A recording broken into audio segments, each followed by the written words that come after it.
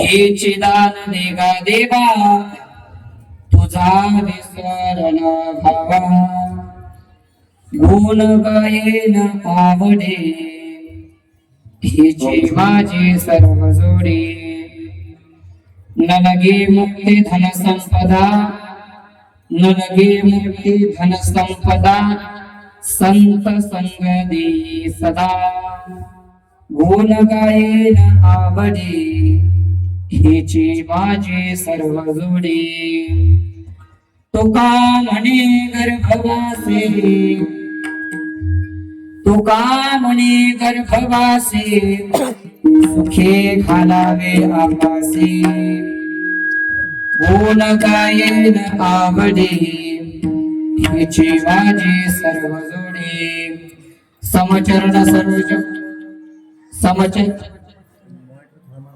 निराभुदागम जगननी तपाने मंडन मंडन सिमाला कंधरम कांजनेतम सदयद्वलः संविठ्ठलं चिन्तयामि पाण्डुरङ्गाकरो प्रथम नमः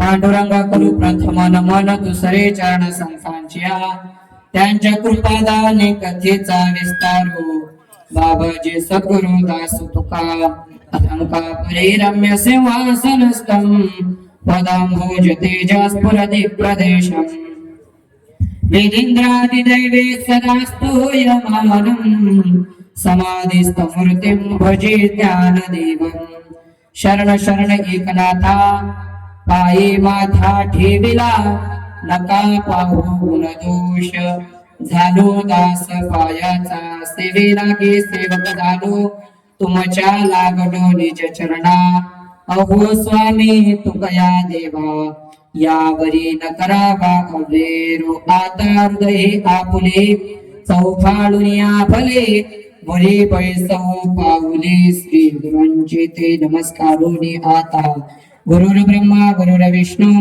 गुरुर देवो महेश्वरा गुरुर साक्षात परब्रह्म तस्मै श्री गुरवे नमः संपाद्य ज्ञानं च विदाय भक्तिं विलोकितो येन समाधिराजः वैराग्यवन्तं सुविचारयुक्तं नमामि जोगं क्षीरसागरं मस्तकये पायावरी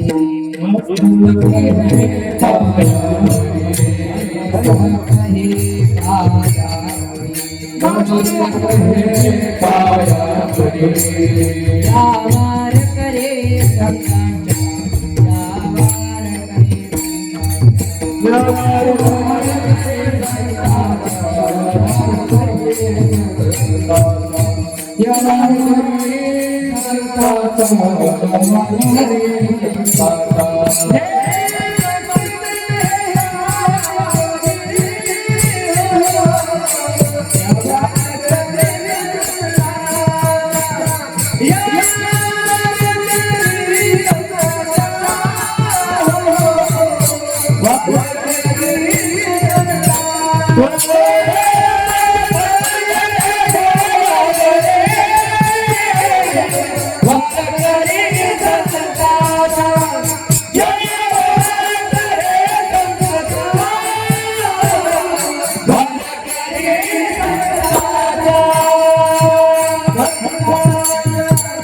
मस्तक हे पायावरी या वारकरी संतांच्या मनोजवं मारुत तुल्य वेगं जितेंद्रियं बुद्धिमता वरिष्ठं वातात्मजं वानरयूत मुख्यं श्रीरामदूतं शरणं प्रपद्ये ज्ञानेषु भगवान् विष्णु निवृत्तिर्भगवान् हर सोपानो भगवान् ब्रह्मा मुक्ताख्या ब्रह्मचित्कला मुक्ताबाई नमो त्रिभुवनापावनी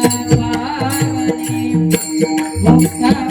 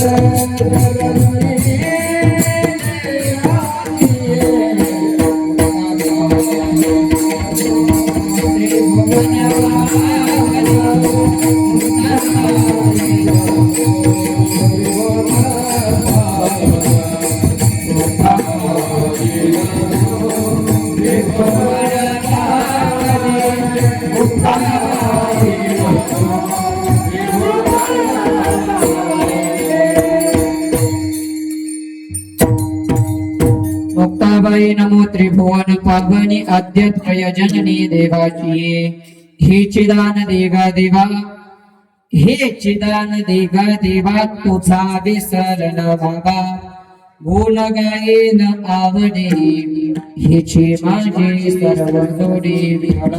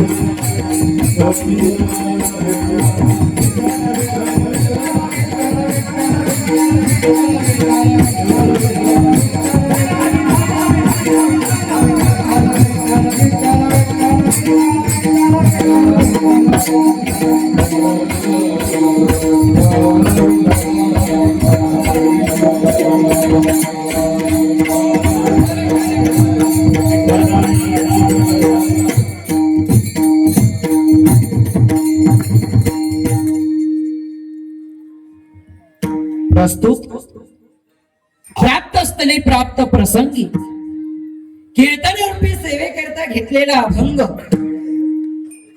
देहूचे सुप्रसिद्ध साधू हृदय सम्राट विश्ववंदनीय महाराष्ट्र भूषण श्रीमंत श्री जगद्गुरु तुकाराम महाराज यांचा उत्कृष्ट असा 4 चरणाचा सर्वांच्या पाठांतरात असलेला काहींच्या कानपाठ असलेला उत्कृष्ट असा मागणी पर प्रकरणातील अभंग असून या अभंगातून श्रीमंत श्री जगद्गुरु तुकाराम महाराज भगवान पंढरीश पांडुरंग परमात्म्याच्या समोर उभे राहून मागणी मागतात. विठ्ठल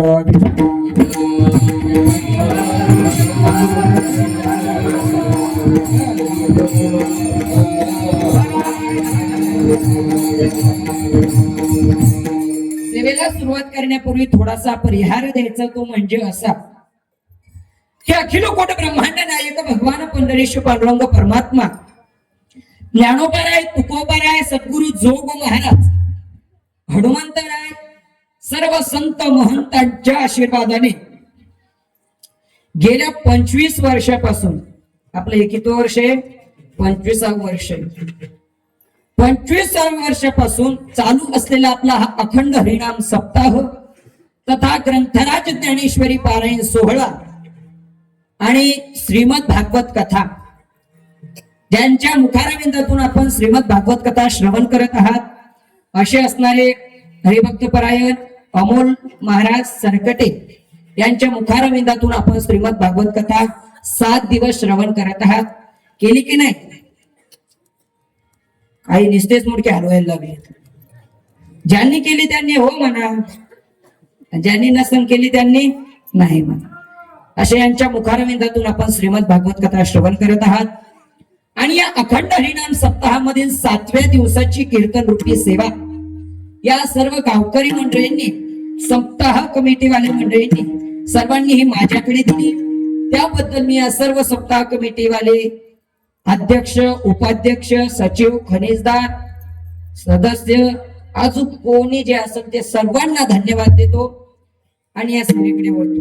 त्याचप्रमाणे आपल्या सप्ताहाकरता जे काही गायक वादक लाभले, मृदंगाचार्य असणारे प्रताप महाराज असतील, त्याचप्रमाणे गायनाचार्य आपलं गोविंद महाराज असतील, नवनाथ महाराज असतील, अजून कृष्णा महाराज असतील, आणि त्याचप्रमाणे या सर्वांमध्ये गेल्या 7 दिवसात हरिपाठाचा आनंद देणारे, त्याचप्रमाणे कीर्तनामध्ये आनंद देणारे आपले विठू माऊली वारकरी शिक्षण संस्था पळसखेड जहागीर आहे ना, त्या ठिकाणाहून आलेली सर्व मुलं, सर्वांना धन्यवाद देतो. आणि तुम्ही श्रोतृवर्ग, तुम्हा सर्वांच्या सर्वांच्या चरणावरती साष्टांग नमस्कार करतो आणि सेवेकडे वळतो. फक्त विनंती मात्र एक असेल, ज्या वेळेला भजन होईल ना त्या वेळेला मात्र आळस करू नका बरं का. त्या वेळेला टाळी वाजवायला आळस करू नका. मलाही माहिती थंडी आहे. एखादी आजी म्हणाल तू बांधलाय फेटा त्याच्यामुळे तुला नसन वाजत थंडी. हा, पण असो, मलाही माहिती थंडी आहे. पण जेव्हा जेव्हा भगवंताचं नामस्मरण होईल, ज्या वेळेला गायकांनी एखादी चाल गायली त्या वेळेला भगवंताचं नामस्मरण करायला आणि हाताने टाळी वाजवायला लाजू नका बरं का. आळस करू नका. आळस केल्यानं काय होतं सांगू का? एवढे आळशी माणसं आपल्याला पाहायला भेटतात जीवनात, लय आळशी. असं खेडगाव होतं आणि त्या खेडेगावात एक महिला असे शिवायाचे दिवस सकाळी लवकर उठली आणि 3 वर्षाचा असं छोट मुलगा, तिला मुलगा होता. आणि मग ती म्हणाली चला आज बाळ्याला घेऊन जाऊ म्हणले आपण शेतामध्ये. वावर कळतं ना तुम्हाला? कळते की नाही? हा. आणि मग ती महिला आपल्या मुलाला घेऊन गेली. गेल्याच्या नंतर ती वावरामध्ये काम करायला लागले, शेतामध्ये काम करायला लागले. आणि करत असताना दुपारची वेळ झाली, जेवणाची वेळ झाली. आणि मग सगळे महिला मंडळ काय असा ग्रुप केला आणि जेवायला लागले. जेवता जेवता तिचं त्या बाईने आपलं मुलगा नेलेला होता. ते पोरगा आपल्या आईपाशी आलं ना, आईला म्हणता आई हे आई मला सू आली. काय सू आलं होतं ना म्हणतो मला ते काय सू आली सू आली. त्यावेळेस त्याची आई म्हणते अरे बाळा तसं म्हणू नको, तसं म्हणू नको म्हटलेच नाही. तर ते पोरग थोडस गपची बसलं, पुन्हा खेळाच्या नांदी लागून गेलो. आणि मग डबल 5 मिनिटांना आलं, आई सुआली. आता ते शेवटी काय केलं तर पोरगाची कदलूक दाबून ठेवून आणि मग असं करता करता ते दुसऱ्यांदा पुन्हा त्याच्या आईने त्याच्या पाठी चापट मारली. हे बाळ्या सांगितलं ना तसं म्हणू नको. ते पोरग डोकं खाजवायला लागलं. नेमकं म्हणाव तरी काय? केव्हाची स्वाली नेमकं म्हणाव तरी काय? ते पुन्हा आपलं खेळाच्या नांदी लागलं. आता तिसऱ्यांदा जरा अर्जंट नाही करावं तर मूत खडा, नाही तर मूळव्यात तुम्हाला मालूम आहे सांगता येई ना. मग ते डबल त्याच्या आईपाशी गेलं आणि आईला म्हणलं अगं मला सुला जायचंय, कुठे जाऊ? त्याच्या आईनं कानाकल मारले. अरे बाळा तुला सांगितलं तसं म्हणू नको. काय करू गड्या आईला? नेमकं आई आहे का काय? आणि नेमकं मग आई म्हणत स्वाने नेमकं म्हणू तरी काय, म्हणू तरी काय म्हटल्याच्या नंतर त्याच्या आईनं काय सांगितलं असं नाजी नासावाणीकर मंडळी नीट लक्ष द्या. त्याच्या आईनं काय सांगितलं, गाणं आलं गाणं. काय गाणं आलं म्हणले, गाणं असं म्हणायचं. पण गाणं आलं म्हटल्याच्या नंतर त्या पोराच्या डोक्यात तेच बसलं, बाबा तेच बसलं त्या डोक्यात. आणि मग काय ते दिवसभर वावरात जायला पहिल्यांदाच थकलं पिकलं केली त्यांना कशी तरी सूप, आणि मग थकलं आणि शेवटी आल्याबरोबर ते पोरग नेमकं त्याच्या बापापाशी झोपलं. त्याच्या बापापाशी त्याला झोप लागली. असे थंडीचे दिवस कडकड कडकड कडकड थंडी वाजत होती. आता मलाही वाटत होतं जॅकेट घालूनच घालावं, थंडी वाजत होती. आणि त्याचा बाप 2-3 रगा घेऊन अंगावर झोपलेला होता. किती? 2-3 रगा घेऊन अंगावर झोपलेला होता. आणि नेमकं हे पोरग त्याच्या बापापाशी झोपलं. आणि बापापाशी झोपल्याच्या नंतर 2-2:30चा टाइम, थंडी वाजती. त्या थंडीत त्या पोराला आली. त्या पोराला स्वाल्याच्या नंतर ते पोरग त्याच्या पप्पाला उठवतो, पप्पा. त्याच्या मम्मीने त्याला सांगितलं होतं स्वाली काय म्हणायचं, काय म्हणायचं, घरी त्या वडला पैसाच करू नको, गाणं आलं असं म्हणायचं. मग काय ते उठवलं, पप्पा हो पप्पा मला गाणं आलं, गाणं काय मला गाणं आलं. त्याच्या बापानं डोक्याला हात मारला, अरे पोराला आता रातचं पाळायला कोणतं गाणं आलं, जाऊ द्या भरळत असेल म्हणल्याच नंतर दिलं त्यांचं विषय समोर. डबल झोपलं. आणि डबल झोपल्याच नंतर डबल दुसऱ्यांदा, हो पप्पा अहो मला गाणं आलं. बापाने अरे झोप आला, थंडी म्हटले झोप. ते पोरग जर गपची बसलं तिथं, हो पप्पा उठा लवकर मला गाणं आलं. आता शेवटी त्याचा बाप वैतागला आणि त्याचा बाप म्हणतो तुला गाणं आलं का, मग पप्पा मी केव्हाच सांगतोय मला गाणं आलं. त्याचा बाप म्हणतो बाळ्या तुला गाणं आलं का, मग सांग बायकांना.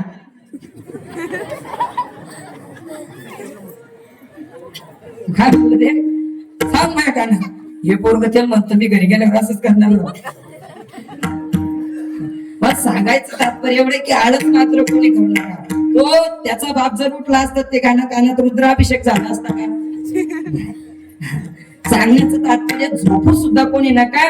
शेजारचा झोपला असता त्याला उठवायचं प्रयत्न नका करू, चांगलं चिमट घेऊन उठवा बर का. पण झोपू कोणी नका, आळस मात्र कोणी करू नका. हाताने टाळे वाजवायची, मुखाने भगवंताचं नामस्मरण करायचं. विठ्ठल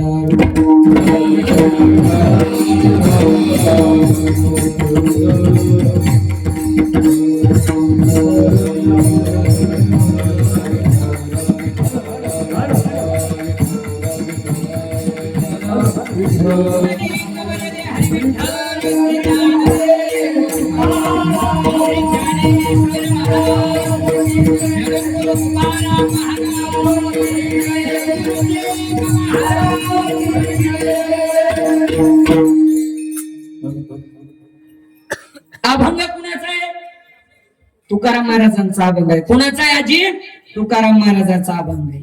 या अभंगातून जगद्गुरु तुकोबाराय भगवंताच्या समोर उभे राहून काय करतात तर मागणी मागतात. काय मागणी, हे देवा मला हेच दान दे. कोणतं, हेच दान दे. कोणतं, तुझा विसर न व्हावा. देवा मला हेच दान दे, हेचे दान दे गा देवा, तुझा विसर न व्हावा. मग देव म्हणू लागलेत तुकोबाराय मी जर तुम्हाला हेच दान दिलं, माझा विसर जर तुम्हाला पडू दिला नाही तर तुम्ही काय करसाल. मग लगेच तुकोबाराय म्हणतात, गुण गायन आवडी हिची माझी सर्व जोडी. तुकोबाराय म्हणतात, अरे देवा तू जर तुझा माझ्या अंतःकरणामध्ये जर तू तुझा मला विसर पडू दिला नाही ना तर मी काय करेन, तर जन्मभर तुझं काय करेल तर गुणगान गाईन, तुझं नामचिंतन करेन. आणि त्या नामचिंतन करण्यामध्येच माझं काय आहे तर सर्वस्व आहे. देव म्हणू लागले, अहो तुकोबाराय हे काय म्हणता तुम्ही, तुम्ही संसारिक आहात, तुम्हाला बायका पोरं आहेत. हा अहो काहीतरी संसारातलं मागा, काहीतरी संपत्ती मागा. तुम्ही संसारिक आहे, संपत्ती मागा. तुकोबाराय म्हणतात, न लगे मुक्ती धन संपदा संत संग दे सदा. तुकोबाराय म्हणतात मला ती संपत्तीही नको, तो मोक्षही नको, ते धनही नको, मग काय पाहिजे? संत संग दे सदा. देवा मला संतांची संगती दे, संतांची संगती दे. मग तुम्ही म्हणाल तुकोबारायांना संतांची संगती का पाहिजे? तरच तुकोबारायांचं म्हणणे संतांची संगती जर आपल्या जीवनाला लाभली तर जीवनाचा उद्धार होतो. जीवनाचा उद्धार होतो एवढ्यात नाही, तर जीवनाचं पतन होता होता जीवनाचा काय होतो? उद्धार होतो. देवाचं नामचिंतन आपल्याला काय होतं? संतांच्या संगतीमध्ये घडतं. असं म्हटल्याच्या नंतर देव म्हणू लागले तुकोबाराय तुम्हाला संत संगती पाहिजे, तुम्हाला माझा विसरही पडला नाही पाहिजे, त्याच्याकरता तुम्हाला पुन्हा गर्भवासाला यावं लागेल. मग तुकोबाराय म्हणतात देवा ते गर्भवासाचं दुःख मी भोगायला तयार आहे, पण मला काय दे? तू संतांची संगती दे, मी गर्भवासाला पुन्हा यायला काय तयार आहे. तुकोबाराय म्हणतात तुका म्हणे गर्भवासी सुखी घालावे आम्हासी. हा झाला सरळ सरळ थोडक्यात अभंगाचा अर्थ. तुमच्या भाषेत सांगायचं झालं तर आजच्या ठळक बातम्या. विठाल विठाल.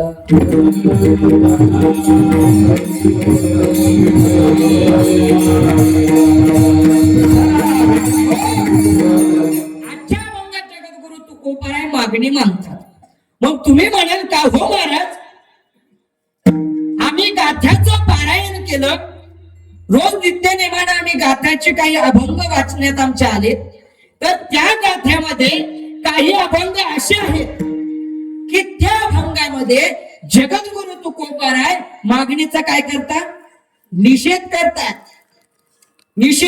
नव्हे जे लोक देवाकडे मागणी मागतात अशा लोकांना तुकोबाराय काय म्हणतात? त्यांच्या जीवनाचा धिक्कार असो, त्यांच्या जीवनाला आग काढी लागू म्हणते तुकोबाराय.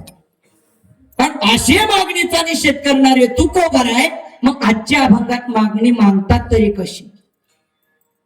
तर तुकोबारायची मागणी मागतात ती पारमार्थिक मागणी मागतात. तुम्ही आम्ही जे देवाकडे मागतो ते संसारच, आपण संसार करतो आणि देवाकडे संसारच मागतो. परंतु संत तसे नाही, संत परमार्थ करून देवाला काय करतात? तर परमार्थच मागतात. देवाला देवच मागतात, परमार्थ अशा प्रकारचे मागतात. महाभारतामध्ये एक उदाहरण आलेलं आहे. एकदा कौरव आणि पांडवांचं युद्ध ठरलं. कोणाचं? ढासाबाई म्हणले काय बायाचं का बोलत चला ना. कौरव आणि पांडवांचं युद्ध ठरलं आणि त्यामध्ये दुर्योधन आणि अर्जुन हे दोघं सुद्धा होते.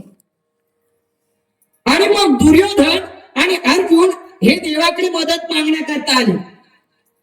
आता देव झोपलेले होते, सकाळची वेळ होती आणि मग पहिल्यांदा दुर्योधनाला आणि आल्याच्या नंतर देवाच्या मुंडक्याजवळ जाऊन बसला, उशाजवळ जाऊन बसला. आणि दुसऱ्यांदा अर्जुन आला आणि येऊन पायापाशी बसला. पायापाशी बसल्याच्या नंतर देव झोपलेले होते. देवाला मालूम होतं की युद्धामध्ये मदत मागण्याकरता अर्जुन आणि दुर्योधन माझ्याजवळ आलेले. आणि देव उठले आणि उठल्या बरोबर देवाची नजर कोणाकडे गेली? अर्जुनाकडे गेली. अर्जुनाकडे देवाची नजर गेल्याबरोबर देव अर्जुनाला म्हणू लागले, का रे अर्जुना केव्हा आला?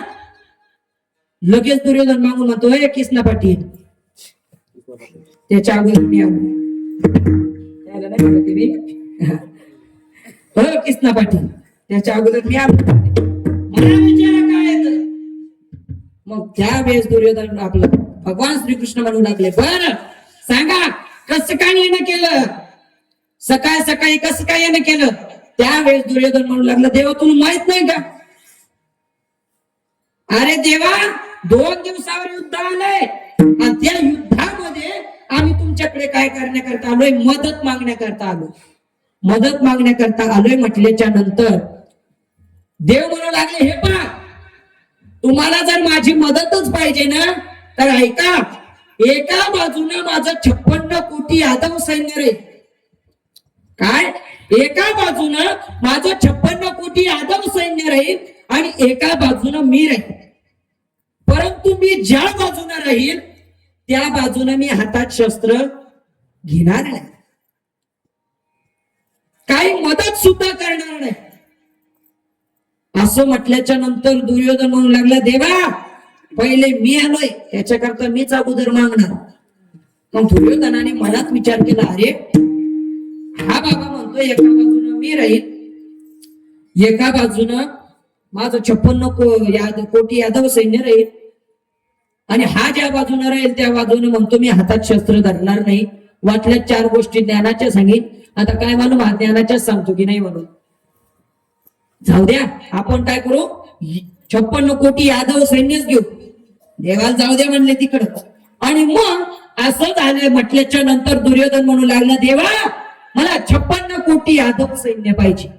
काय 56 कोटी यादव सैन्य पाहिजे, 56 कोटी यादव सैन्य पाहिजे म्हटल्यावर अर्जुनाला एवढा हसू आलं, एवढा हसू आलं, एवढा आनंद झाला अर्जुनाला. देव अर्जुनाला म्हणू लागले, काय अर्जुना, अरे त्याने 56 कोटी यादव सैन्य घेतलंय. त्यावेळेस अर्जुन म्हणू लागला, देवा मला हेच पाहिजे होतं. म्हणले काय, मला हेच पाहिजे होतं.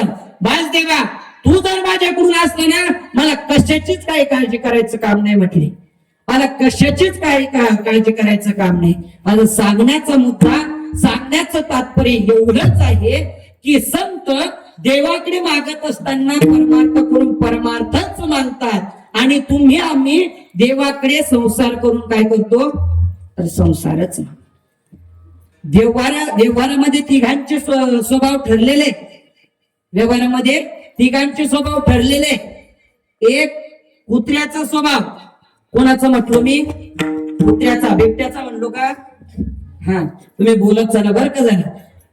पहिला स्वभाव कुत्र्याचा, दुसरा स्वभाव कोळशाचा, आणि तिसरा स्वभाव कापुराचा. व्यवहारामध्ये असे 3 स्वभाव ठरलेले. पहिला स्वभाव कोणाचा सांगितला मी, कुत्र्याचं सांगितलं. बरोबर, कुत्र्याचा स्वभाव.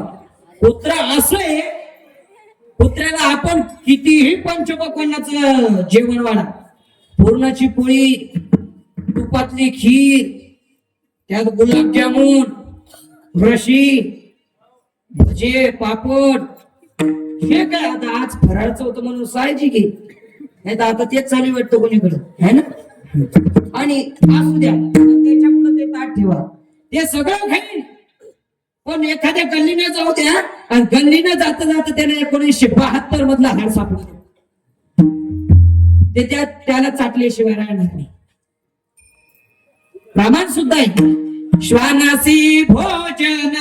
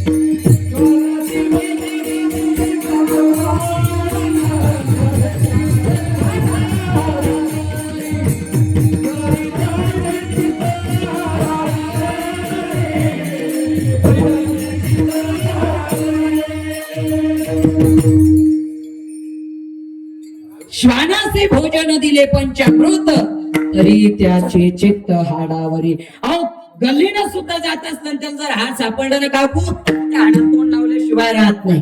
हा झाला कुत्र्याचा स्वभाव. दुसरा कोणाचा, कोळशाचा. बरोबर राव, ढासावाडीचे पोर हुशार दिसते. ढासावाडी ढासाळत नाही वाटत, जागीच राहते. बरोबर. दुसरा स्वभाव कोणाचा, आपलं कोळशाचा. आता मला सांगा, एखाद्यानं म्हणा मी चांगलं सर्फेक्सर साबण घेतो आणि कोळशाल घासायला जातो आणि काळा कोळसा गोरा करतो.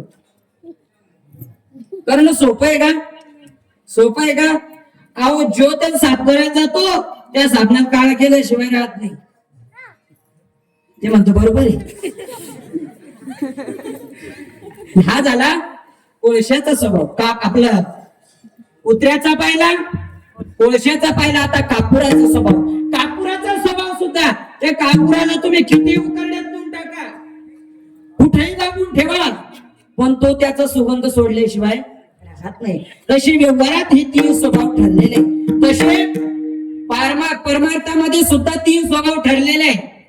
पहिला स्वभाव जीवाचा, दुसरा स्वभाव देवाचा आणि तिसरा स्वभाव संतांचा.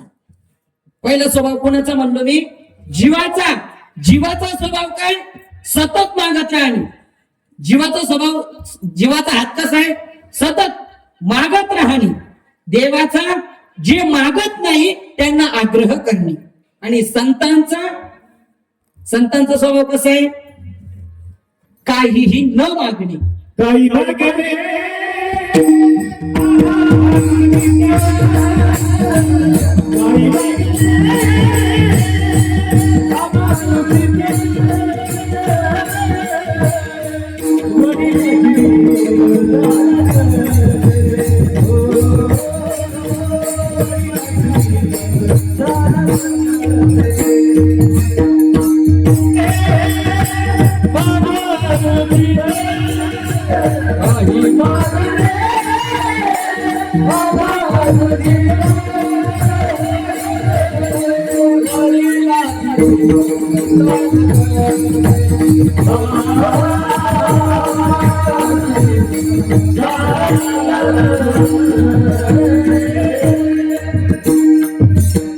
काही मागणे हे आम्हानुचित वडिलांची वेळ.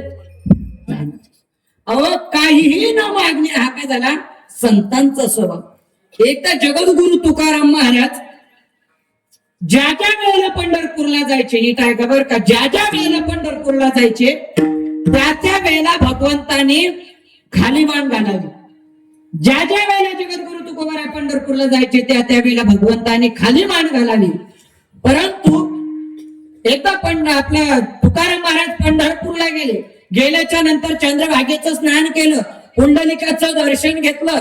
दर्शन घेतल्याच्या नंतर दर्शन बारीमध्ये लागले. पांडुरंगाचं दर्शन घेण्याकरता दर्शन बारीमध्ये लागले. दर्शन बारी पुढे पुढे येऊ लागले आणि जसे जसे तुकोबाराय पुढे आले आणि गाभारात आल्याच्या नंतर भगवान पांडुरंग परमात्म्याच्या समोर उभे राहिले. आणि राहिल्याच्या नंतर ह्यावेळेस देवाने वर पाहिलं.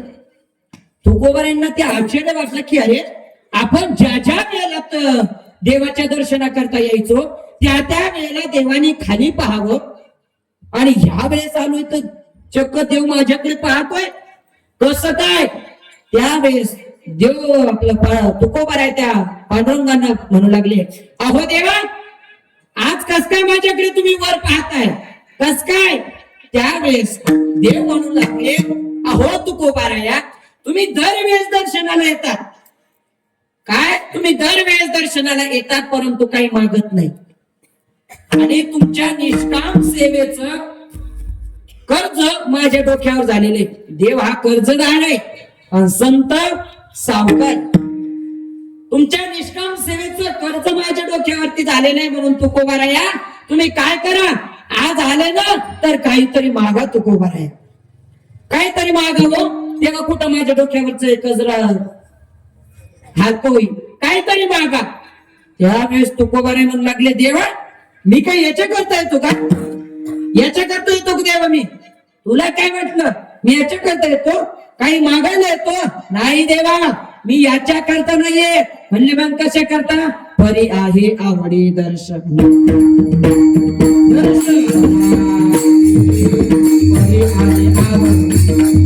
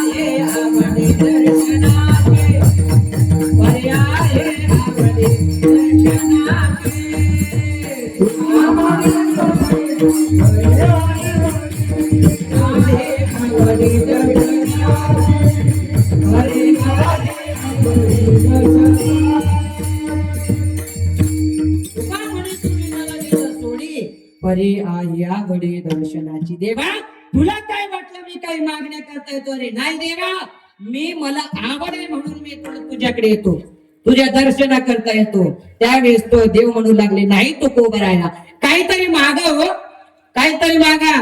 त्यावेळेस तुकोबाराय म्हणू लागले देवा तुझ्या सुतईचा तोडा सुद्धा मला लागत नाही. तुका म्हणे तुझी न लगे द सोडी परी आहे आवडी दर्शनाची. अरे तुझ्या सुतईचा तोडा सुद्धा मला लागत नाही, पण मी कशा करता येतो तर मला आवड आहे म्हणून. एवढं म्हटल्याच्या नंतर सुद्धा देव आता रागवले. आणि देव रागवल्याच्या नंतर तुकोबाराय म्हणतात कहो तुकोबाराय केव्हाच म्हणतोय काहीतरी मागा मागा मागा, परंतु काहीच मागत नाही. अहो तुकोबाराय तुम्हाला माहिती का म्हटले मी कोण आहे? गतीर भरता प्रभू साक्षी निवास शरणम सुर प्रभो प्रलय स्थानम निधानम बेजमव्य. अहो तुकोबाराय हिमालयामध्ये जरा जाऊन पहा, काय काय साधू तपस्वी महात्मे झाडाला उलट टांगून घेतात म्हटले. एवढंच नाही तर कावळे गिधाड त्यांची पार लचके तोडतात. ते स्वतःला झाडाला लटकून घेतात की भगवंताने आम्हाला दर्शन द्यावं, आणि तरी सुद्धा मी त्यांच्याकडे जात नाही. अहो जात नाही हे सोडूनच द्या, साधं त्यांच्या जवळून जरी गेलो तरी त्यांना दर्शन देत नाही.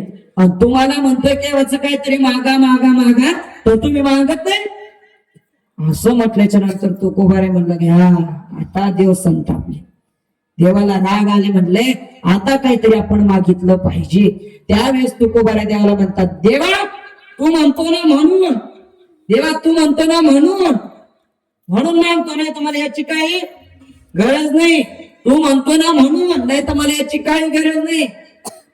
पण खरं देवा एक सांगू का?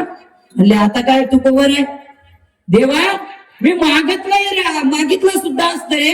मी तुझ्या सर्व तुझ्या अंगावर जे काही टोप आहे पितांबर आहे त्याचं सगळं निरीक्षण केलं, परंतु ते सगळं तू उसनं आणलेले. पण उसनं आणलेलं कोणाला?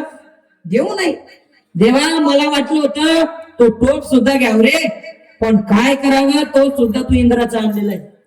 मागो मुकुट माथाचा तरी तो आणला इंद्राचा. अरे देवा एवढंच नाही, मला पितांबर सुद्धा आवडला तुझा, तो सुद्धा मागावं असं वाटलं, पण काय करू तो सुद्धा तू दुसऱ्याचा आणलेला आहे. मागो पितांबर शिला तरी तो काशेसे कशिला. अरे देवा मला तुझ्या कानातील कुंडल सुद्धा आवडले. कुंडल काय कुंडल, पण काय करू ती सुद्धा तू दुसऱ्याची आणलेली. मागो कुंडली कर्णीची तरी ती आणली कर्णाची. अरे देवा मी तुझं सगळं निरीक्षण केलं रे, सगळं काही घ्या वाटलं, मुकुट घ्या वाटला, पितांबर मागावं असं वाटलं सगळं, पण काय करू देवा तू ते दुसऱ्याचं आणलेलं आहे.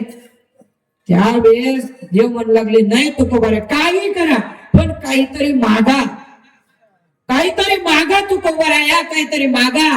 असं म्हणल्याच्या नंतर देव म्हणला देवा मी मागतो म्हटलं तुझ्याकडं, पण मी जे मागेल तेच मला द्यावं लागेल. काय?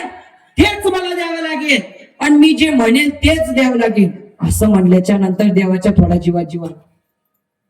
जीवा आल्याच्या नंतर म्हणल्याच नंतर बरं झालं एवढं घुमून फिरून का होईना तुकोबारा मागायला लागले. आणि मग असं म्हटल्याच्या नंतर का हो तुकोबारा तुम्ही निदान मागा तर सही. हा देवा विचार कर, मी मागेल तेच दान पाहिजे. कोणतं? अभंगाचं प्रथमेची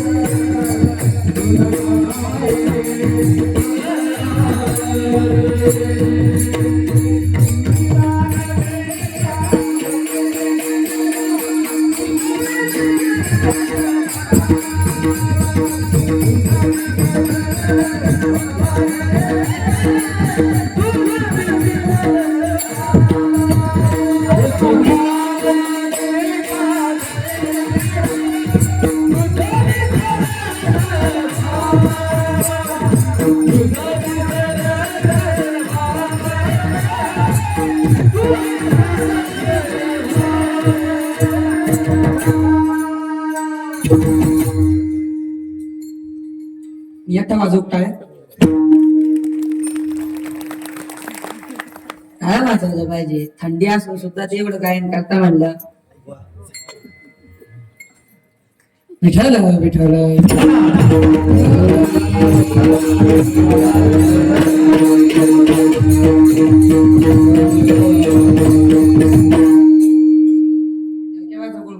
देईस ना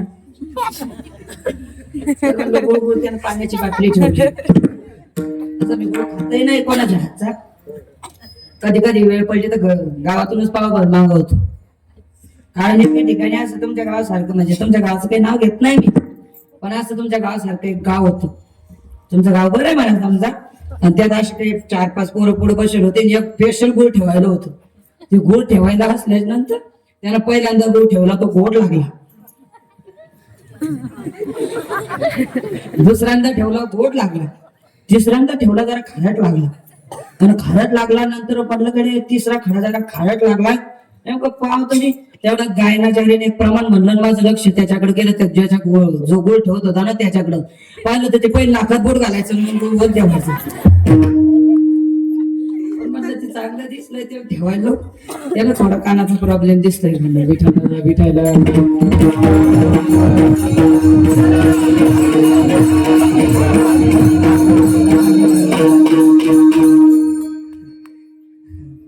हे चिदान दिगा देवा तुझा विसरण भावा. तुकोबरे म्हणतात मला हेच दान दे. कोणतं देवा? तुझा विसरण भावा. तुकोबारा या ठिकाणी दान हा शब्द वापरतात. आता मला सांगा, दान कोण देऊ शकतं? तर ज्याच्याकडे स्वातंत्र्यता आहे, ज्याच्याकडे श्रीमंती आहे आणि ज्याच्याकडे उदारता आहे, ह्या तीनही गोष्टी ज्याच्याकडे आहे तो दान देऊ शकतो. पण यातली एकही जरी गोष्ट नसली तर तो दान देऊ शकत नाही. काय मी काय म्हणलोय? दान देऊ शकत नाही. मग एक जण म्हणाला का हो तुकोबारे, तुम्ही म्हणता दान ज्याच्याकडे या तीन गोष्टी असल्या तोच व्यक्ती दान देऊ शकतो, मग तुमच्या देवाकडे आहे का म्हटले या तिन्ही गोष्टी? तुकोबारे म्हणले का नाही, आमच्या देवाकडे आहे ना म्हटले. म्हणजे मग सांगा बरं तुमच्या देवाकडे श्रीमंती किती आहे? किती श्रीमंती आहे? अरे आपण जिच्या मागे नुसतं लागतो काय कागद पैसे त्या पोराला केलं पैसे, अहो ज्याच्या आपण माग लागतो लक्ष्मी पैसा, अशी लक्ष्मी त्याची काय आहे? दाशी आहे. अवघा लक्ष्मीच्या हाती,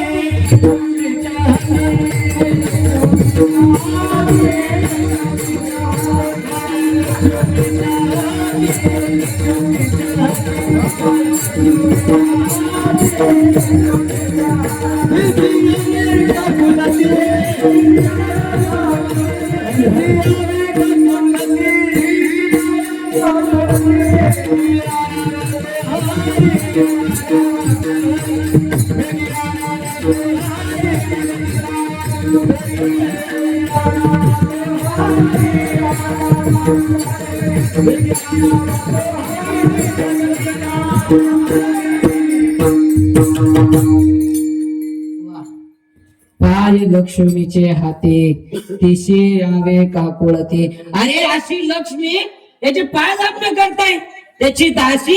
याच्यावर विचार करा आमचा देव किती श्रीमंत असेल. आणि बरं श्रीमंती काय आली, स्वतंत्र किती म्हणे तुमच्या देवाकडं? स्वतंत्र आहे की नाही? स्वतंत्रता माणसाल तर लागल तेवढी आमच्या देवाकडं. वृक्षाची पाणी हाली ज्याची सत्ता,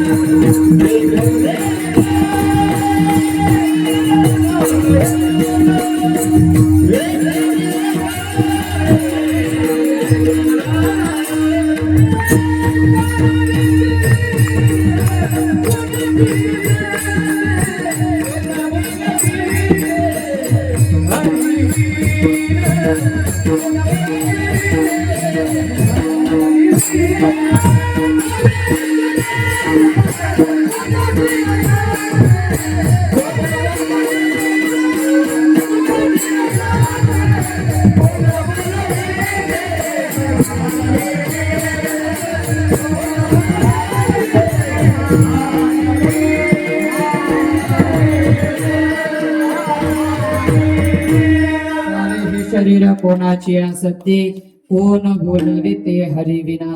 एवढा आमचा देव काय आहे? स्वातंत्र्य आहे. एवढा आमच्या देवाकडे काय आहे? श्रीमंती आहे. म्हणले मग तू कोण आहे का? तुमचा देव किती उदार आहे? अहो किती उदार आहे?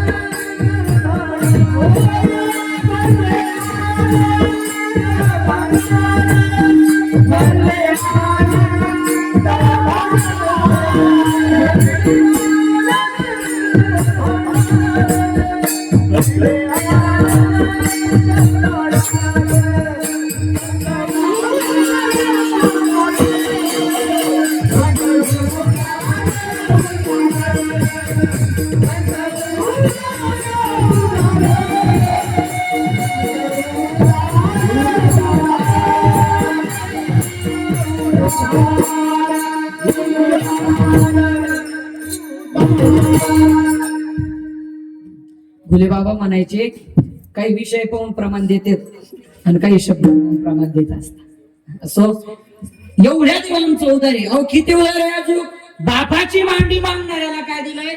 आढळपत दिलंय. अहो एवढंच नाही तर वाटीभर दूध मागणाऱ्या उपमन्यूला अगदी काय दिलाय? दुधाचा समुद्र दिलाय. असा एक 5 वर्षाचा उपमन्यू नावाचा एक मुलगा, आणि त्याच्या आईकडे दूध नसल्यामुळे त्याची आई काय करायची? एक वाटी घ्यायची, वाटीमध्ये पीठ टाकायची आणि पीठ टाकून त्यात पाणी टाकून कालवायची आणि त्या उपमन्यूला द्यायची.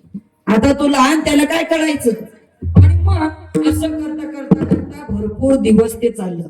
वाटीत पीठ टाकायचं, पिठात पाणी टाकायचं, कालवायचं आणि त्याला ते दूध म्हणून प्यायला द्यायचं. असं करता करता एक दिवस त्या उपमन्यूला आपल्या मित्राच्या घरी जाण्याचा योग आला. आणि योग आल्याच्या नंतर तिथं गेल्याच्या नंतर त्याला केसर मिसळलेलं दूध प्यायला भेटलं. कोणतं? केसर मिसळलेलं त्याने ते दूध पिलं आणि आपल्या मित्राला म्हणू लागला, अरे मित्र हे काय म्हणले? त्यावेळेस त्याचा मित्र म्हणू लागला, अरे बेड्या हे केसर मिसळलेलं काय म्हणले? दूध आहे म्हणले, दूध. तो उपमन्यू म्हणू लागला, नाही रे मी तर रोज दूध पितो आणि ते तर असं लागत नाही. अरे नाही म्हणले बेड्या, तू दुसरंच काहीतरी पित असेल. असं म्हणल्याच्या नंतर त्याला ती सगळे त्याची मित्रमंडळी हसू लागली आणि त्याला कसं तरी वाटलं आणि त्या नाराज अंतकरणाने तो घरी आला आणि आईला म्हणू लागला, हे आई मला दूध पाहिजे. काय? दूध पाहिजे म्हटले. दूध पाहिजे म्हटल्याच्या नंतर त्याच्या आईला कुठं जावं लागत नव्हतं.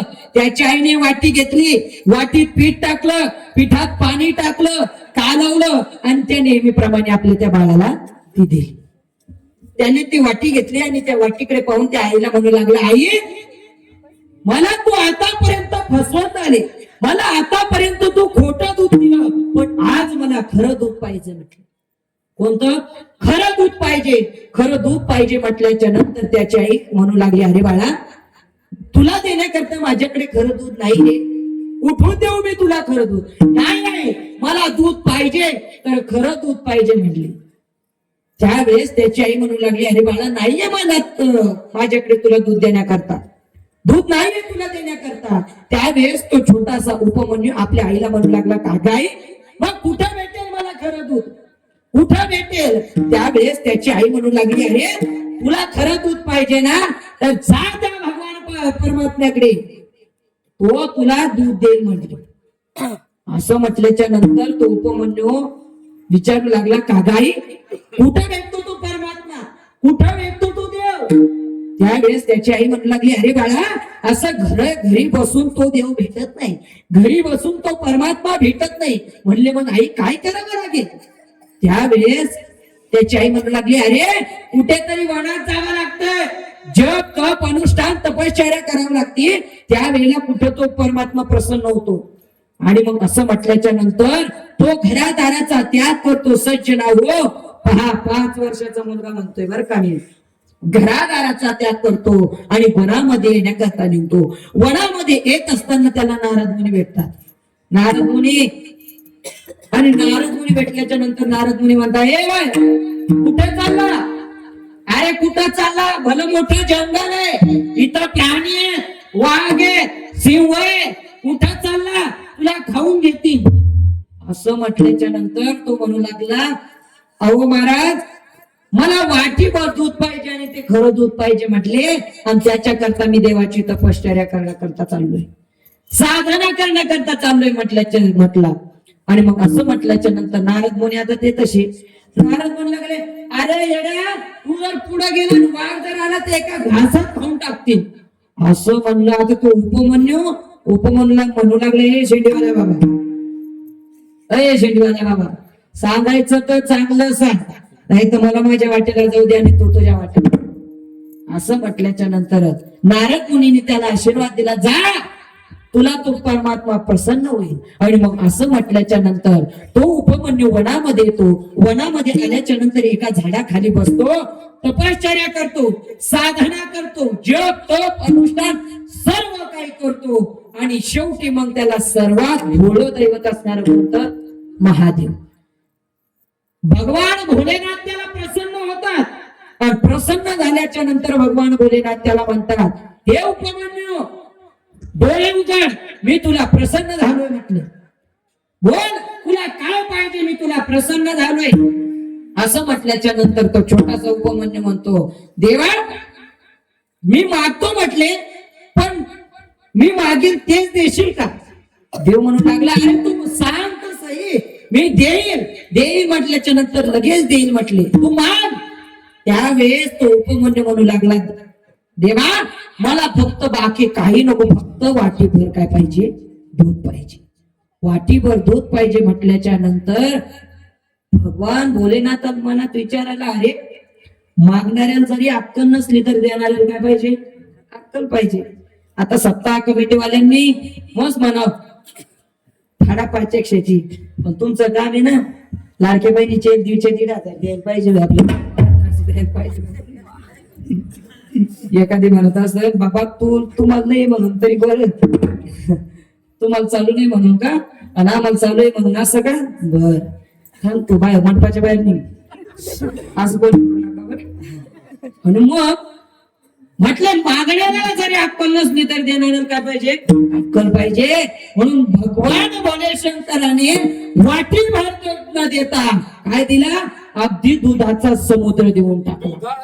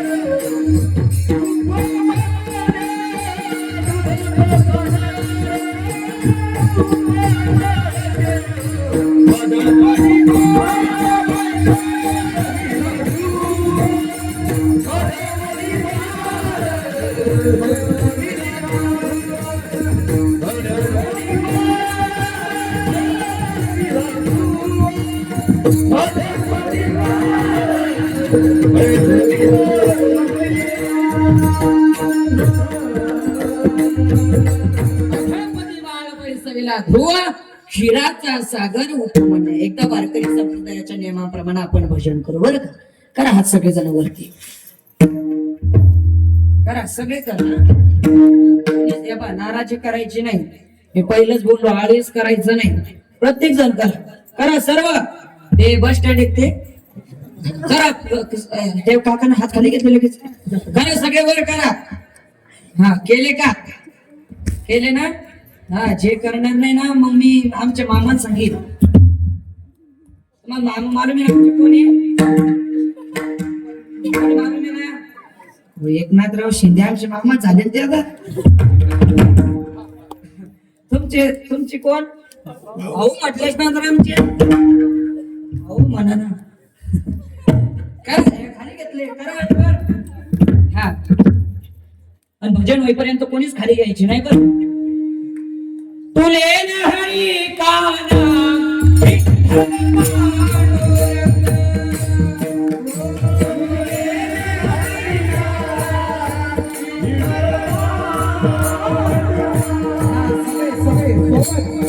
एक ताळी.